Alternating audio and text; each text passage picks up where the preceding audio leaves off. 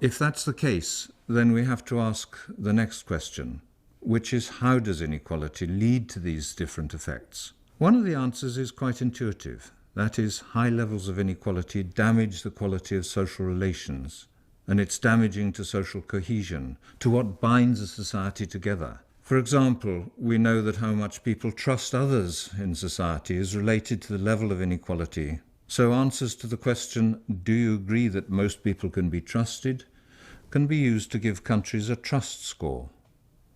The highest number is in Sweden, where 66% of the population feel they can trust others, to a low of 10% of people in Portugal who feel the same.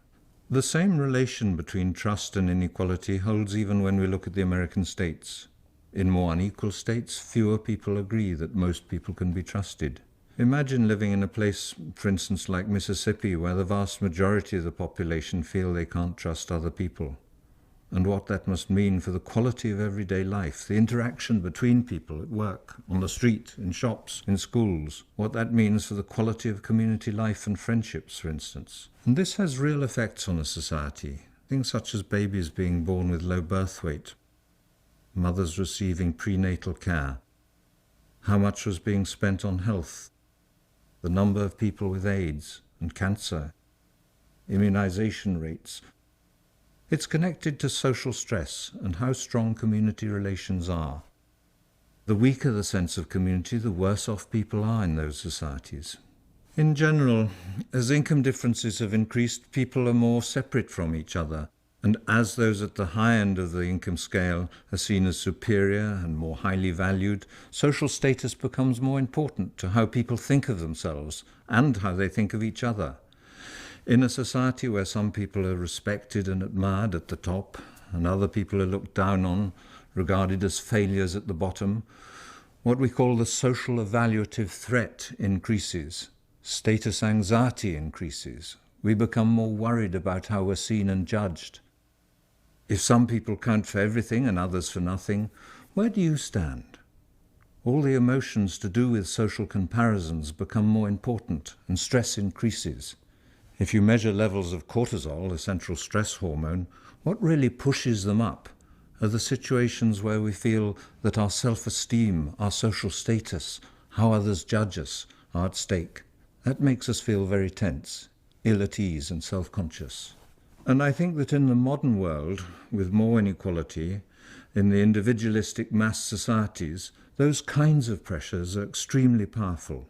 Stresses to do with those kinds of social comparisons are damaging to health because they trigger the flight or fight response. Basically, if you're threatened, you mobilize energy for muscular activity. You become very alert, and your reaction times speed up. But at the same time, all sorts of things that are not essential in the brief moment, when you're trying to escape from this threat, are put on hold. So things like tissue repair, reproductive functions, digestion and growth are downregulated because they're not important when you're dealing with a brief emergency.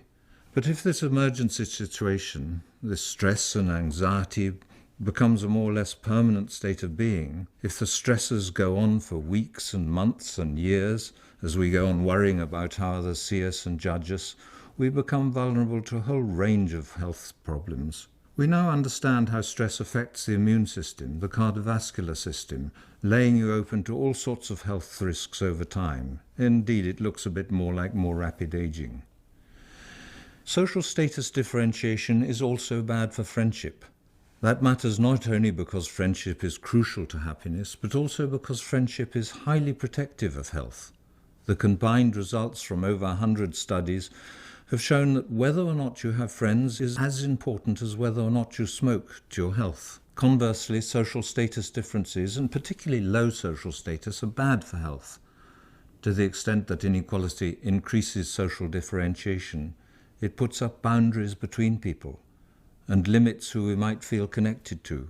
Our social networks are much weaker than they used to be, and our chances of establishing meaningful friendships are really more limited. This is the way inequality gets under the skin.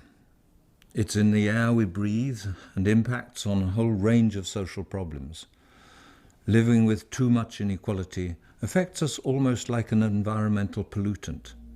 and it's up to us to decide how much to tolerate.